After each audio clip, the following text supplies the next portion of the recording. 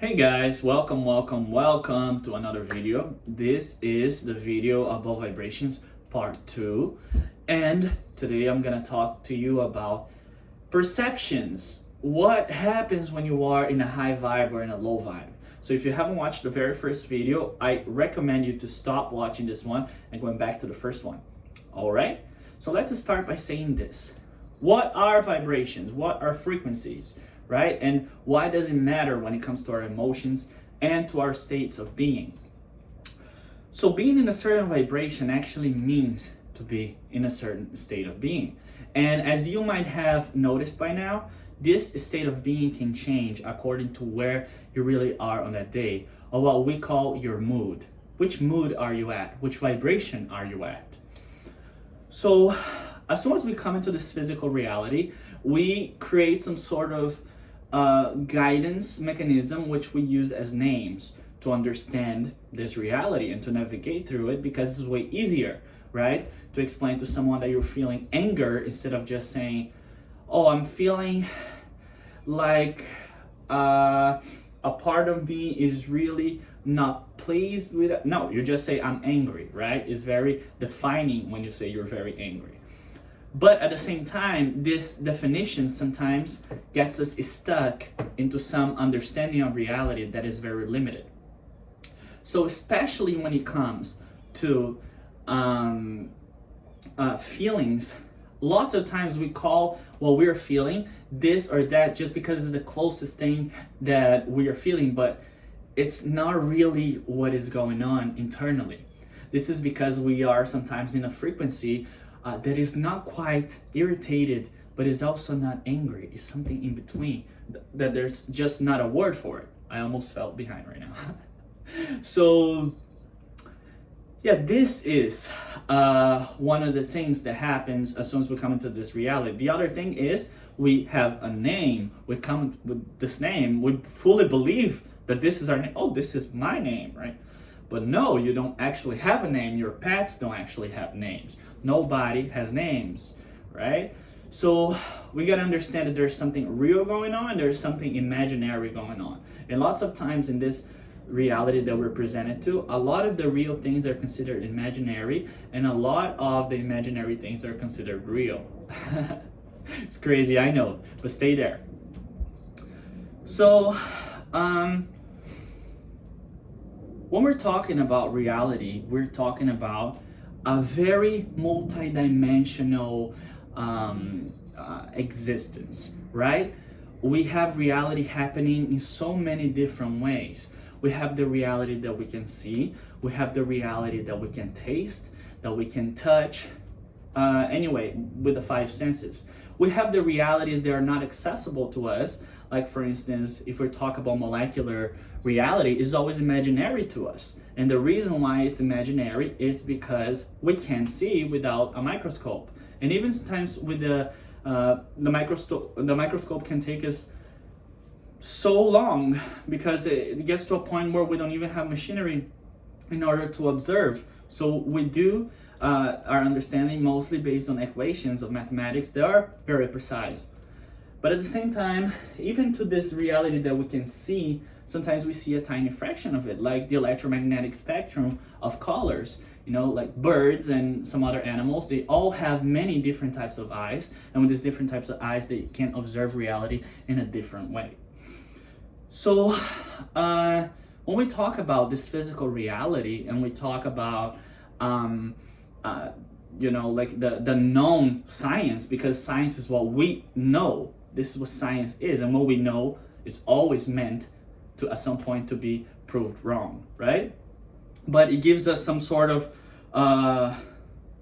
you know, place where we can rest, right? If there's something that we don't know, as opposed to everything else that we don't know, and that is okay. The only problem is that when we get so attached to what is we're science about, what we know, what is just the science that we have, that we forget that there's so much more that we don't have, and that we didn't get to the end of this road in which we're walking, which is the road of discovery. Because everything that we discover is just that, being discovered. It was covered and now it's being uncovered, right? Like mathematics, we don't create it, we just come to the understanding of it, but the universe has already created it. Musical laws and everything. We don't fully create music. Music is just something that we understand, and then we can start playing it. So the same goes with our feelings and our emotions and the fact that they are vibrations. It's just something that is intricate part of us, and we come to understand it in the same way that we come to write or to invent weapons or tools. It is part of the natural development of intelligence and consciousness, which is the basis of intelligence. So, why the vibrations that we feel matter, right? I know I talked a long time right now doing this other explaining, but it's gonna be worth it because you're gonna understand at the end of this, and this is what we want, right? So, imagine like this. When it comes to emotions, and since emotions have no labels, in the same way that you have no name, right? You're just a being. These emotions, they follow a scale of frequency, a vibrational scale of some vibrations being heavier and some vibrations being lighter, right? Have you ever seen how heavy it feels to be with a very negative emotion? And have you ever realized how, light you feel when you are in peace and your thoughts are not so crazy in your mind? That's the frequency that you're tuned into.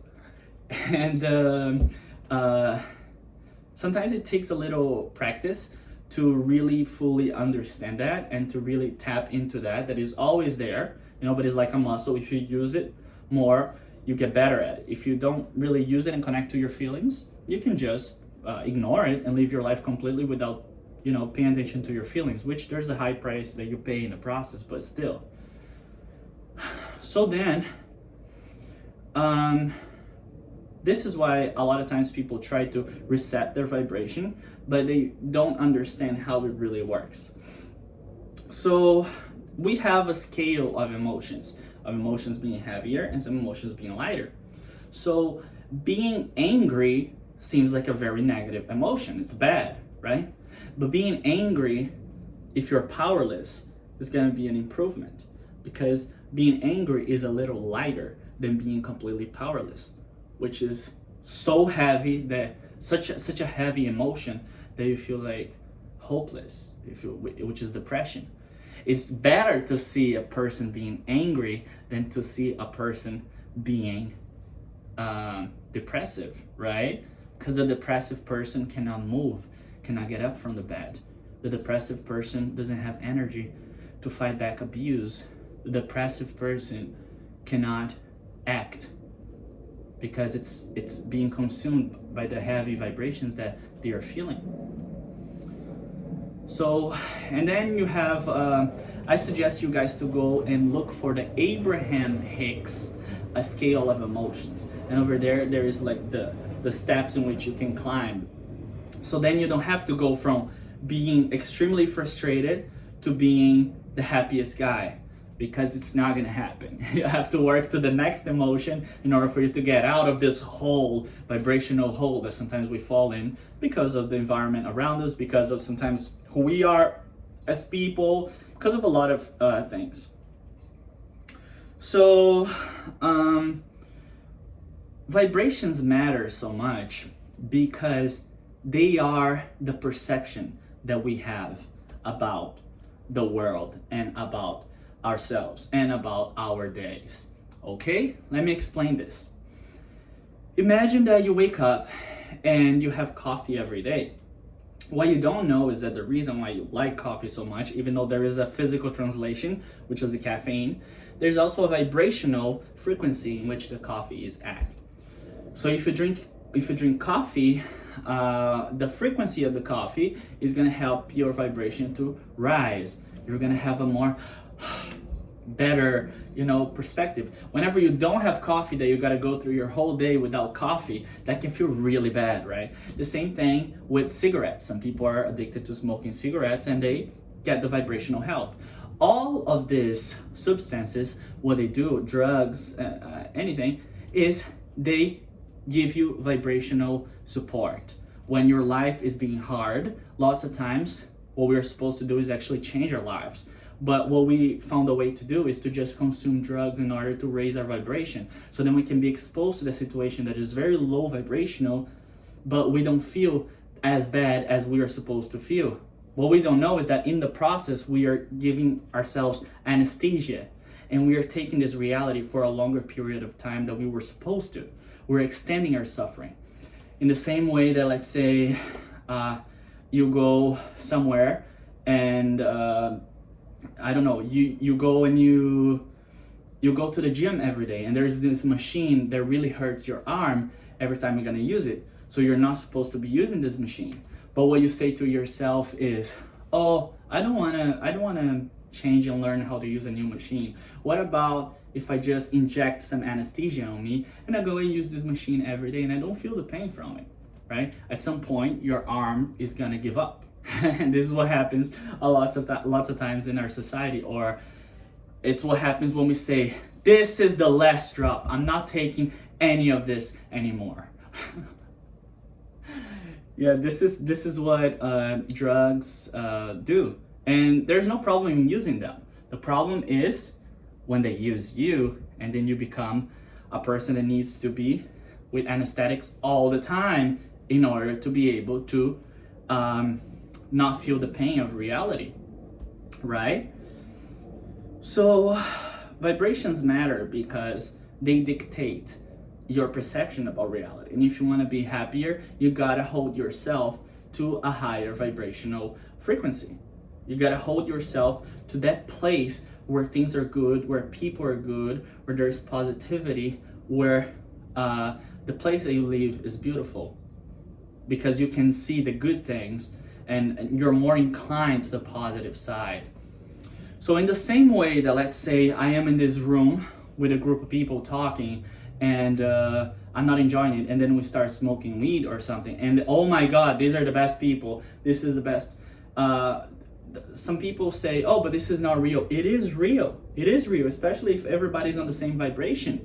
It's gonna be very real, it's gonna be a very great time. But what's gonna happen is, it happened because of something that came from the outside, which is okay. It's totally okay.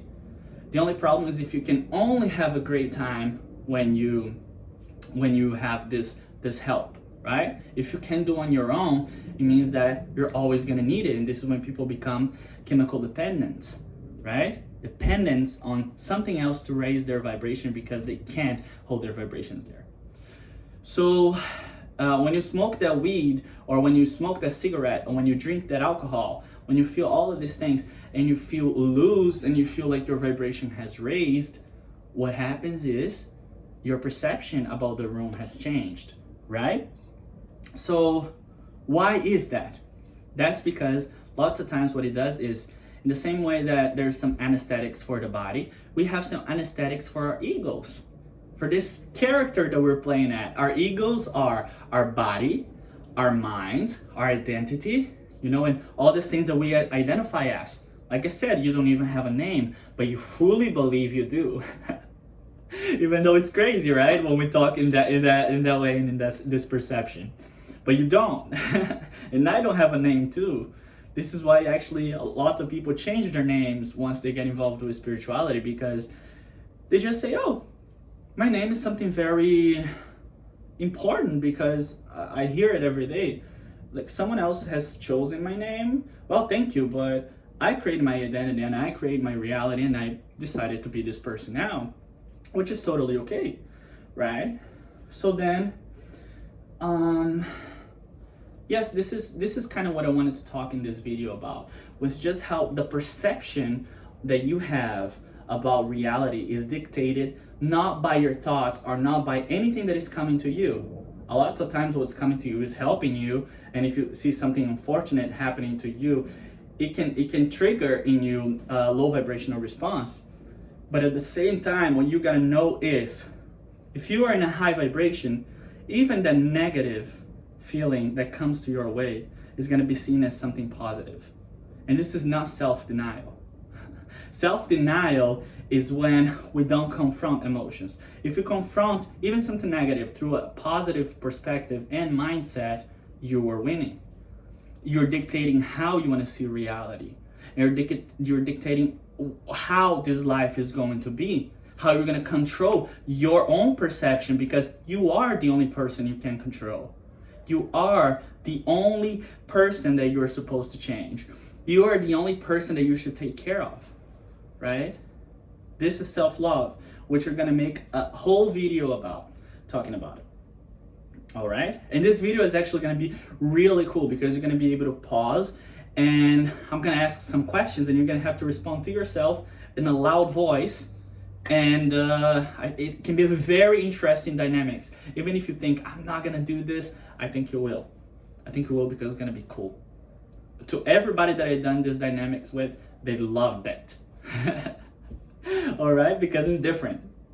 So guys, thank you so much for watching this video. If you haven't watched the very first video about vibrations, go back there. There's gonna be a third video because since this is a flow type of video, I always forget something. Like right now, I'm gonna turn off the camera and then what's gonna happen is I'm going to be like, oh, I should have said this, this, and that. So there's gonna be a part 3 and a part 4, you know, and even as I learn, I also wanna talk to you guys about it, all right? So, and there's gonna be upcoming videos. I'm gonna try to post almost every day. I'm gonna try to post every day, but let's see. All right, let's see how this is gonna go. This is the beginning of this channel, and I wanna thank you for supporting the channel by clicking the like button if you can, if you really liked it, right? If you didn't like it, it's okay. You know, you don't have to click the dislike button, but if you wanna do it, do it. So yeah, if you want to leave a comment or anything that is going to help me out, please do it. And if you can share this video, if you have anybody in your family that you can ask to subscribe to the channel to help in this very beginning, I would be really, really appreciative of that. All right, thank you so much, and I see you guys in the next one. Bye bye. Namaste.